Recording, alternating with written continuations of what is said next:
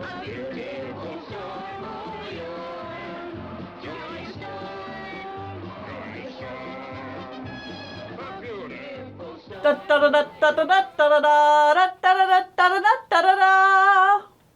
everyone.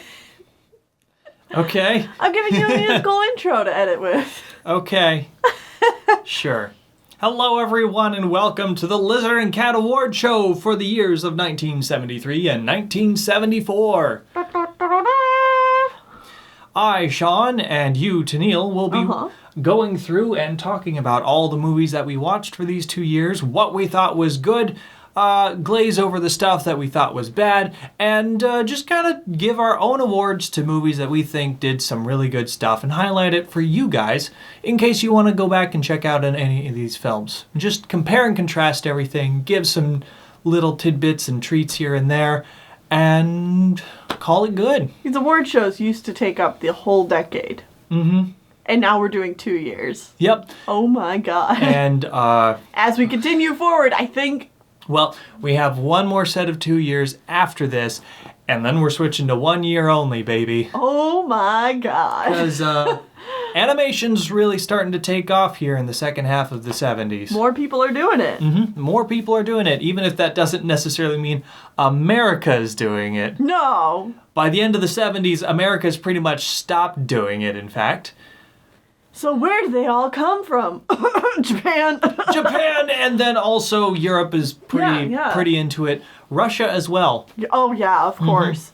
So anyway, let's get this award show started. Indeed. So first thing we're going to do is we're going to list off all of the movies that we watched for 73 and 74. These are the only movies we'll be talking about during this award show. Even if we, in the future, are given other movies, these are the only ones that we're talking about in this award show, so that's how it's going to go. Yep.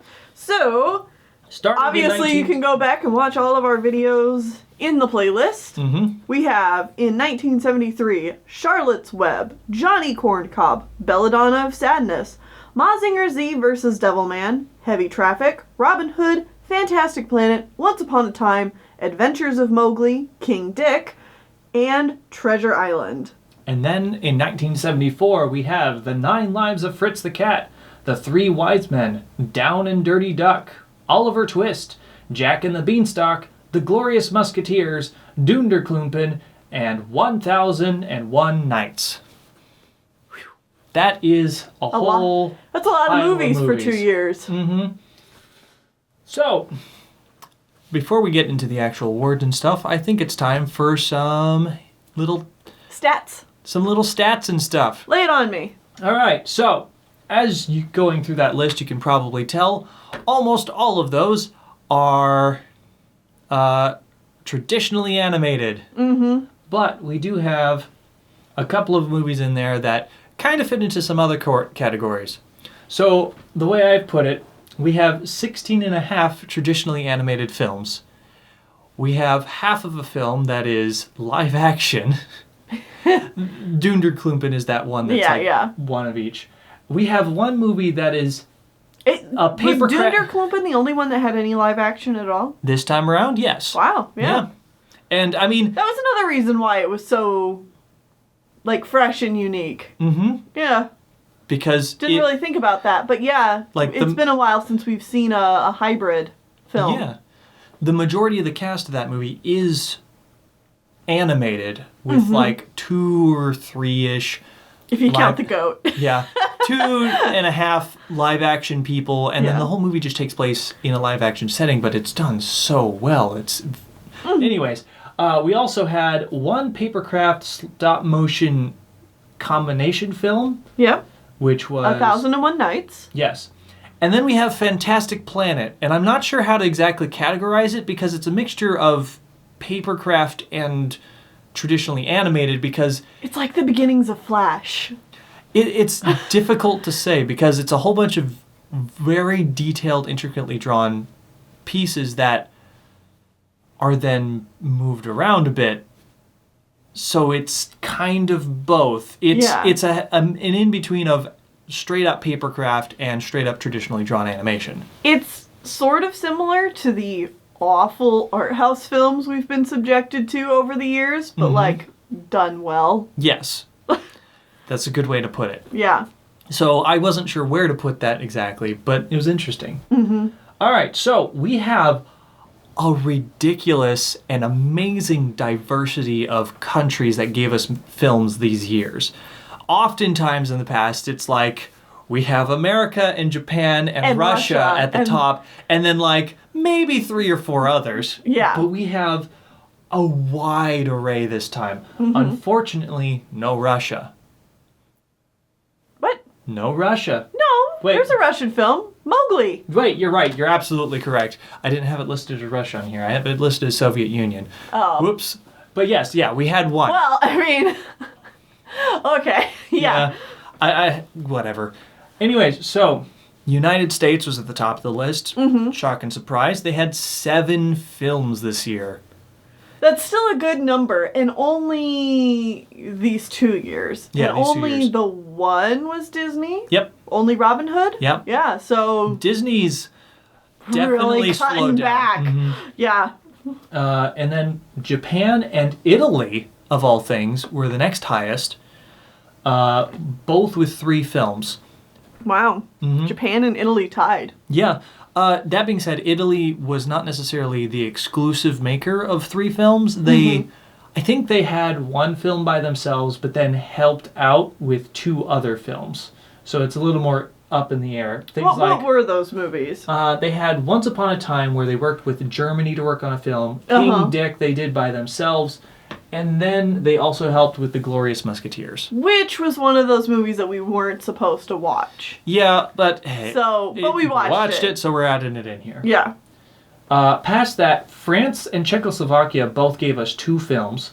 Both of those, I believe both of those French films were team-up movies. Yeah. As well. Yeah. Yeah. They worked on Belladonna of Sadness. Right, I forgot that was a... They had French people working on that? Yeah. Yeah, I forgot that France and Japan worked on that movie together. Mm-hmm. And then they also worked on Fantastic Planet, which was also Czechoslovakia, but then Czechoslovakia exclusively gave us 1001 Nights. Damn, France, really pulling your weight on those 2 films. Like, Those are very pretty films. Yeah. Then we have a whole pile of countries that each gave us 1 film, some of which were like the first time we had experienced a film from that country. Mm-hmm. So we have Hungary giving us 1 film, Germany giving us 1 film, which they teamed up with someone else. Mm-hmm. The Soviet Union / Russia gave us 1. Mexico gave us 1. First time we saw a Mexican film. Oh, man, yeah! England gave us that 1 film that we weren't supposed to watch, but that's fine. And we also had Sweden giving us that 1 film of Dunderklumpen, which was the first Swedish film we had found. Back in editing, I had found that they had done 2 other films before this. One was like a combination live-action film, and both of them were films that we weren't able to find, and I think the one we probably wouldn't watch anyways. Because it was more live-action than animation? Yeah. But that's how it went down. Wow. Now, I think it's time for us to actually get into some... Awards for this time period. So, we have 2... categories that all the films are going to be fighting over, and then we have some more selective categories based on the genre categories. Yeah. So the first 2 categories we're going to talk about are the best animated moments and the best art direction. Mm-hmm. So the first category, we're just going to talk about some specific moments from specific movies that we thought were animated very well and were fantastic to look at. Mm-hmm. So I have 2, but how many do you have? I have 2 as well. Okay. And mine aren't necessarily particular moments. Same. Mine are more so, because, while I think art direction has really, really shined in these 2 years, I would agree. Animation hasn't as much. I would also agree. So I more so particularly want to look at 2 films that I think had some of the best animation and were some of the most fun movies to watch the animation from. Okay. So my 2 picks are Robin Hood for the character animation. Mm-hmm. I mean, Disney might be cutting back, but like they still are the best when it comes to character animation. There's just no contest there. Fair. The characters that are on screen and aren't, like, even when they do reuse animation from older movies, there is just so much personality coming from these characters that even without a story to go with it, you would still have a fun time just watching the characters move around and act. Like, it's just great. And then my second pick is Adventures of Mowgli, specifically highlighting the action and movement. The action scenes are a lot of fun. There's a lot of characters on screen. And then you have characters like Bagheera, who moves around just like as this puddle of a cat and is so sleek.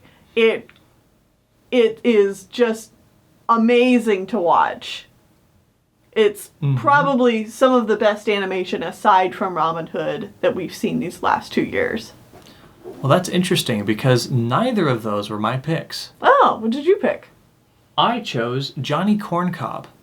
While I'm going to talk more about this one in the next category because the art direction in this film is amazing. But because of this art direction, they do some really interesting and beautifully unique animation with the characters and the sets and what they do with that.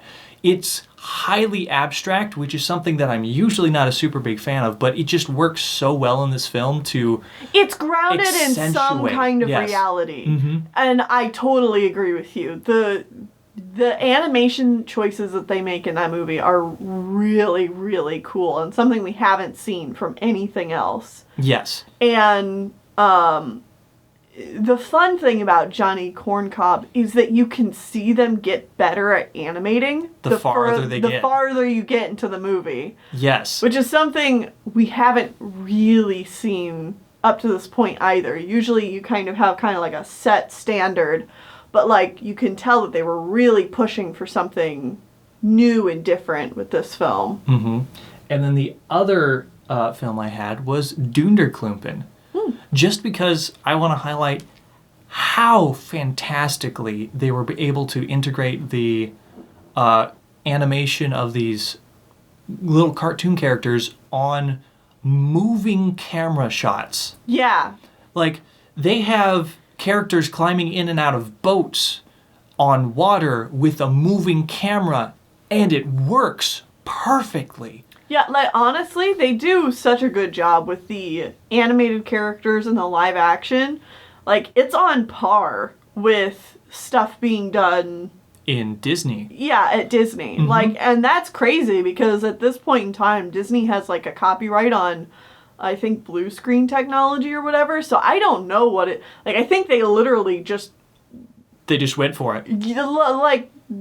They're not using any kind of, like, blue screen tech or anything like that. They're just literally out in the woods filming and then drawing celluloids on top of each and every camera shot. Yeah. Which is crazy. It's crazy and so well done, and I really wanted to bring attention to those.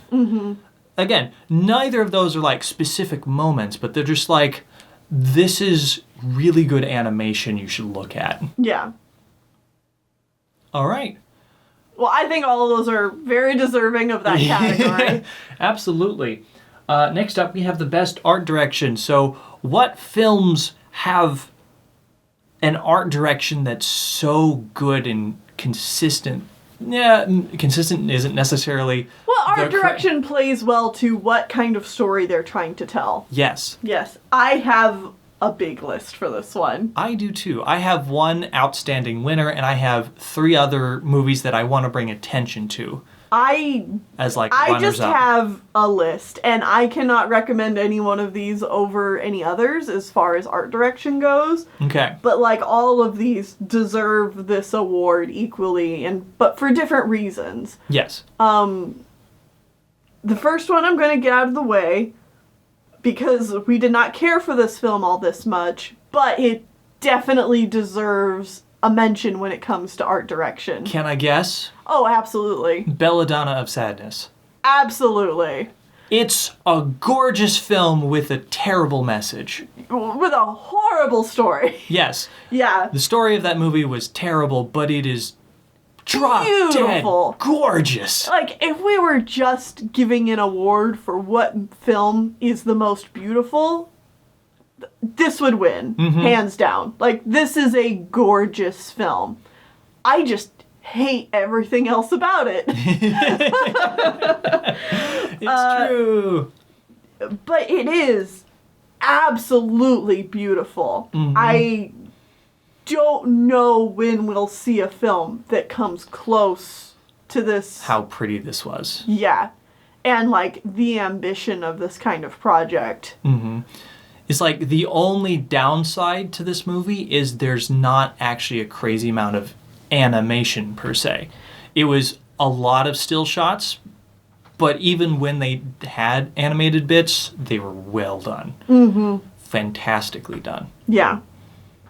The next one on my list is one that we've already mentioned, Johnny Corncob. Oh, absolutely. That was my winner. This movie is beautiful, and it's, to me, this is everything Yellow Submarine was trying to be. Yes. I think this is Yellow Submarine taken to the next best level. Like, this is pure eye candy. yeah. And obviously a big reason Sean and I enjoy this more is because it just doesn't have that surrealism that Yellow Submarine was going for. Sean and I don't care for surrealism. So seeing this art style in a story that Sean and I can more appreciate, this fairy tale, this folklore of, you know, this kind of more traditional hero of Hungary, like, that made this really stand out to both of us. Absolutely. And the art style just helps push that fantastic element of the narrative. Yeah. Yeah. I agree. Another movie on my list was The Adventures of Mowgli. Because you were already talking about it with, like, some of the animation, but, like, the art direction in this film is gorgeous. It's just very on point. It knows exactly what it wants to be, and it does it. It's very simple designs of all these characters, but it makes them work so much better because they can streamline beautiful lines for all of the animation and posing, and it's just really pretty to look at. Well, and like we were talking about when we did our review of this film, the concept art and the finalized version of the film are very, very similar. Something that you don't necessarily see a lot of when it comes to animated films, because that's very hard to do. It's very hard to make something that was, you know, a beautiful singular painting into a moving painting, you know?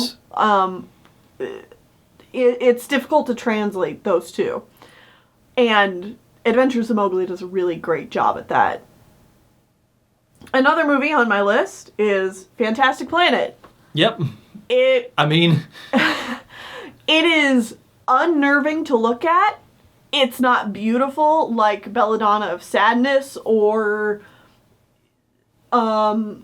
fantastical like Johnny Corncob, but it is eerie and it is sci-fi and it is perfect. Evocative of weird and uncanny. Yes. Which is exactly what it's going for, and it does it so well. Yeah, it doesn't cross that line into being ugly. You know, it's not like a lot of today's animation where if it's adult oriented, they seem to want to think that, oh, well, if it's for adults, it needs to be ugly. No, this is just very scientific sci-fi. This feels like diagrams being drawn and stuff like that. And it bleeds into everything, including the animation, where the animation feels stilted. And that's part of the sci-fi weird charm of it as well. It's fantastic. And then the last movie on my list, I'm a basic bitch, is Robin Hood. I can't not include this film because this film probably more than most other films has influenced my personal art style. Okay, yeah, I can see that. And it's more than just the character animation, the character design. It's specifically the background art. And this film is very nostalgic in a way that just feels like home. Mm-hmm. The backgrounds are extremely pleasing for me to look at. I love everything about the art direction in this film. There's nothing uniquely special about it, but it is just something that calls to me personally and is something that I try to achieve in my own art. Yeah, I think that's very fair. One other movie I almost put on my list, but couldn't quite say it was good enough art direction, but I do still want to draw attention to it, is The Three Wise Men. There is amazing character design all over this movie, but I don't feel like it's consistent enough across the entire film to fit into this category. But like the stills are a little too rough around the edges. Yeah, it's like the art direction of like Mary and Joseph in the storybooks segments are beautiful. If the whole film looked like that, it would be on this list no problem. And it would be the only thing that would compete with Belladonna of Sadness. And then Ol Baid is really cool looking, but he doesn't match that art style. And then the main characters, unfortunately, just kind of fit into, we're fairly generic cartoon characters. So the movie has good elements here and there, but doesn't have the full package yet. But I did want to bring that up because it was still a very unique, enjoyable ride. So as you can tell, there was a lot of really good movies this time. Yeah, and we've only covered 2 years, which makes me super happy. Like, yeah, there was a whole bunch of crap that Sean and I complained about as we went throughout these 2 years, but we actually had good stuff to counteract that. I think the last time we... not just good stuff. Like, all of the juicy, gorgeous stuff. Yeah, all of these films that we've talked about so far are ones that I would gladly rewatch. Maybe not Belladonna of Sadness. Belladonna of Sadness, I would not be happy to rewatch, but I'd still watch it again. I'd still watch it again, exactly. Yes. So, now that we've finished with those two categories, it's time to get into our nitty-gritties. Our genre categories. Yeah. This is where we make random obtuse choices of what movies fit into specific categories, and then we decide which movie is the best out of those categories. The categories we have are comedy, fantasy fairy tale, action adventure, and drama. So these are the same categories we used last time, but I felt that they still worked well enough to individualize out fairly good sections. So the movies we have for the comedy, if we're going, if we just go down the list, we have Down and Dirty Duck, King Dick, Robin Hood, and The 9 Lives of Fritz the Cat. You could argue that some other movies could fit in here as well, but we tried to keep one movie only in one category and not try to split it up across multiple put them spots. In multiple categories. And I think you did a good job putting these movies into this category. Like, I think all of these films, more than anything, comedy than anything else, fit into comedy. And for me, like, there's an easy winner here. I didn't even really like any of the other films. So, yeah, Robin Hood! Robin Hood wins! I mean, yeah. It's such a calm, relaxed, fun time. It has great jokes. The animation's fantastic. The budget is definitely lower than many other Disney films, but they still do a bang-up job with it. But it just kind of adds to its charm. Yeah, honestly. Yeah. Like, the low budget works for this film and what they managed to do with it. The music's great. Absolutely. Like, this movie's great. Check it out. I'm sure you've already watched it before, but do it again. Yeah, try. I mean, and this is one, too, where I remember after watching it this time, you said you kind of had a similar experience with Jungle Book, where watching it this time around, you appreciated it more. I know as a kid I was like, oh, it's enjoyable, but there's definitely other Disney films I would prefer watching. But like watching it in the context of all these other movies is like, no, this is great. It's really funny. Mm-hmm. Yeah. Yeah. All right. Our next category is Fantasy Fairy Tale. And this category is the largest one this time around. We have Dunderklumpen, Jack and the Beanstalk, Johnny Corncob, Once Upon a Time, 1001 Nights, and The Three Wise Men. I almost gave this award to 2 movies, but Johnny Corncob has to win. Yes, it's Johnny Corncob. It has everything for me. Yeah.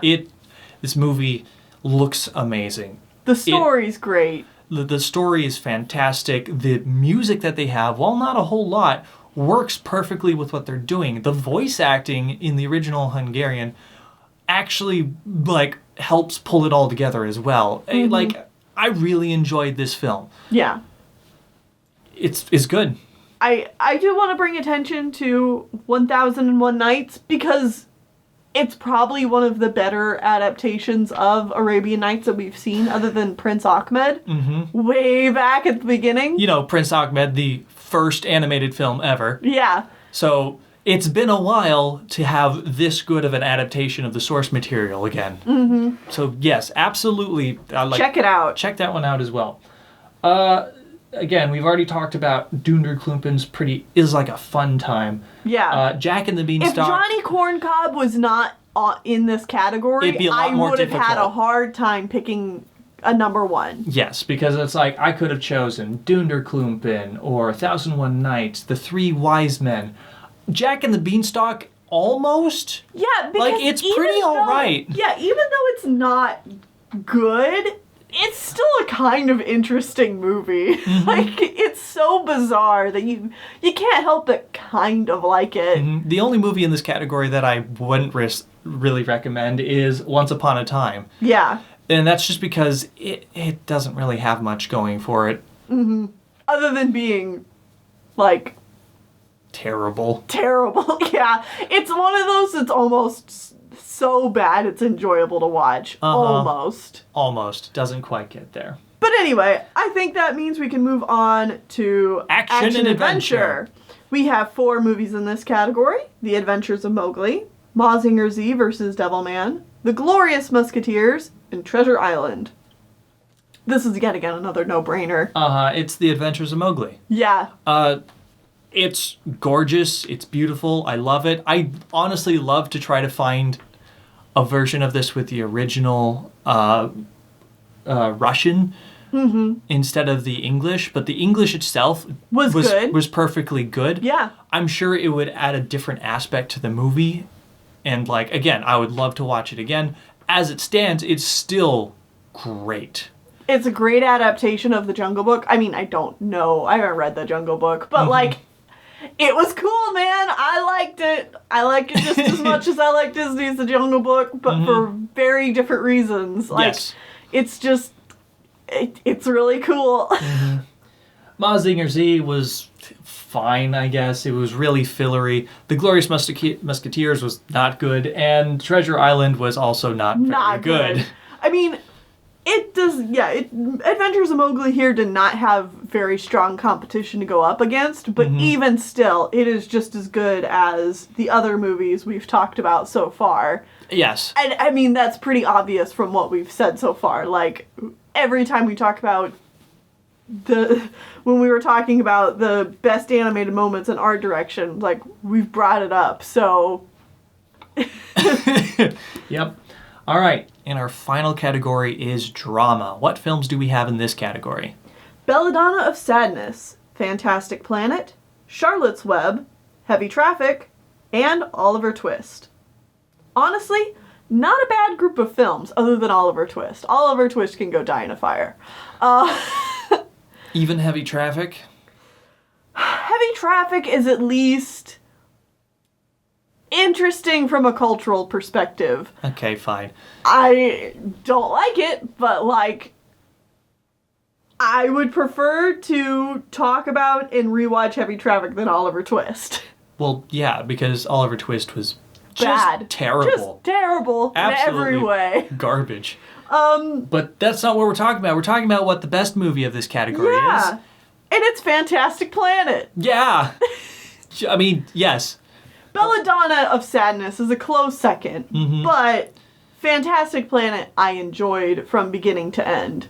Yes. And felt uncomfortable watching, just like Belladonna of Sadness, but for entirely different reasons. And intentional in a way that's not harmful. Yeah.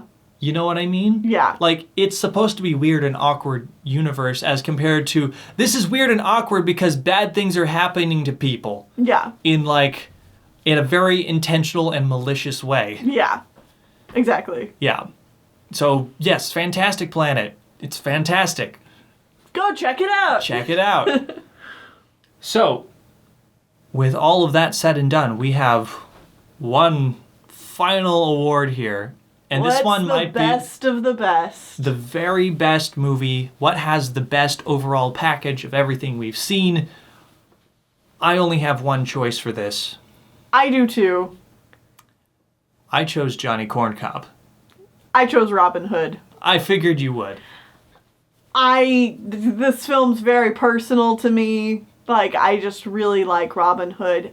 I mean, but I said it before in this review, and I'll say it again. I would gladly watch any of our picks, any of our winners from any of these categories again in the future.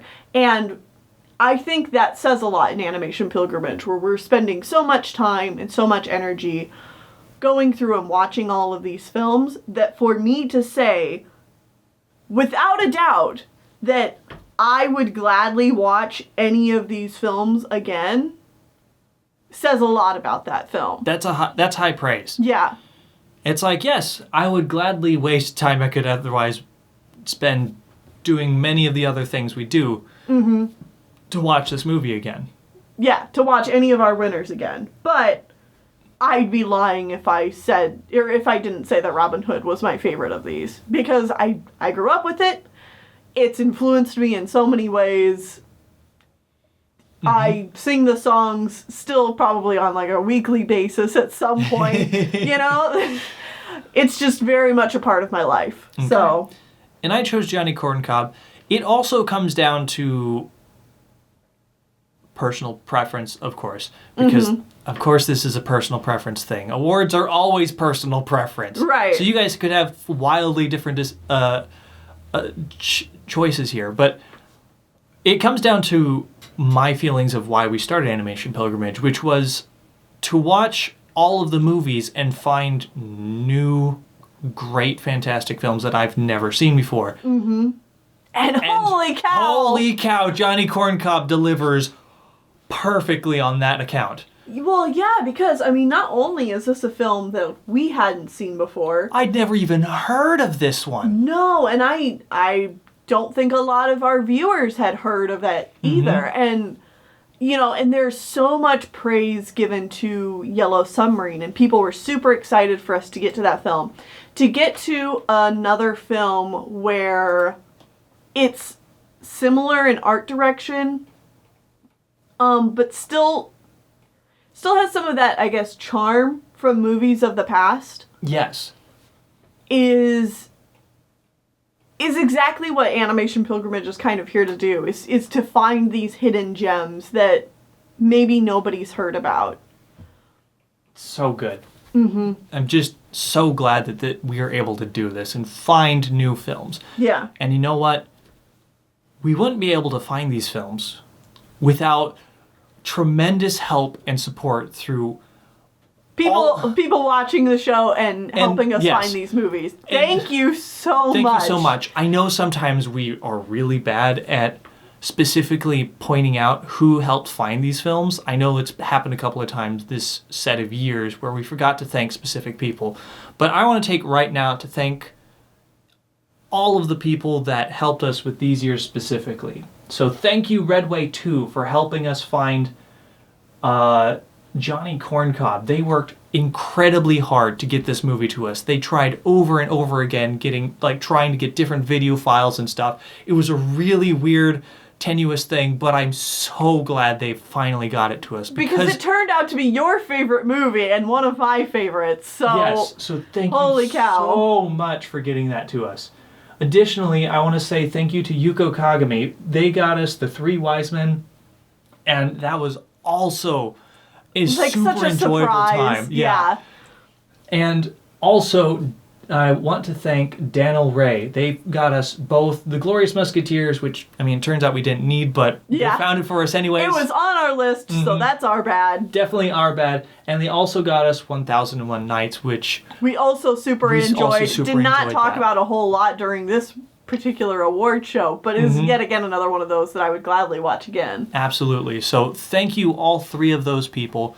And thank you to anyone who has found any film for us for the past and the future. Again, if you are able to find films for us, we have our list in the description of every single video. You can go down there, and any movie that's listed in blue is one that we haven't been able to find. And if you can find it, or if you somehow have a copy of it that hasn't been translated, and you can translate it for us, we are super grateful to anyone who's done that for us. Oh my God, yes. I know that's happened once or twice where we've had someone go above and beyond and do the translation themselves, and that was always amazing. Yeah. We appreciate it every time. And on top of that, I also want to say thank you to all of our Patreon supporters. We don't point them out every episode, but they're always at the end of every single video we do. But it's thanks to you guys on Patreon for even as little as $1 a month. You help fund all of this stuff that we do for you. Yeah. You give us the capabilities of like showing off all of these amazing films with everyone and all kinds of other stuff. So if you're interested in even just a little help, the things in the description as well. Yeah, I'm losing my words. But no, seriously, thank you guys so much. It means a lot to us. And this project is a lot of fun. You know, I know not everybody watches it, but the people who do really appreciate it. And I have a lot of fun finding these movies. So that being said, now that we finished 1974, we go to my least favorite part of Animation Pilgrimage, which is going backwards because we missed some movies. Well, hey, that's because some people were amazing and found us more movies to watch. I know. And I honestly still enjoy this part. So we're going back. We're going way back, but also forward. It's a little confusing with this next one because we're going to a movie from 1952 that is later going to get re-released twice in the future. But I have no idea which version of the film we're watching. It's a weird one. We'll get to it. So next time, we're going to be watching The Shepherdess and the Chimney Sweep, also known as The King and the Mockingbird, also known as The Curious Adventure of Mr. Wonderbird, from France. What the hell? It's gonna be a weird one. Oh boy. See y'all then!